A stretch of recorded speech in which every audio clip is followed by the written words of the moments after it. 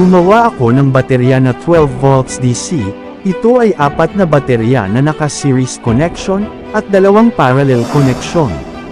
Na may 6,000 mAh, gumamit rin ako ng battery management system, para sa protection ng battery. Gumamit din ako ng sirang acid battery at kinuha ko ang lalagyan upang magamit sa LiFo 4 na battery.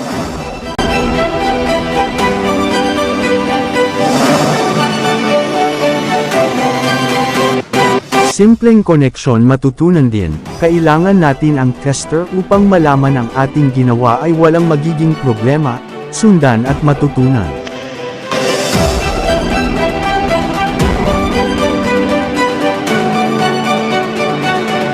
Kailangan mag-ingat din upang maiwasan ang pagdidikit sa maling koneksyon, ang paggamit ng soldering iron at pagdikit ng lead. Subukan kong gamitin sa inverter kung ito ay gagana, habang hinihintay ko pa sa online seller ang inverter na purchase ko.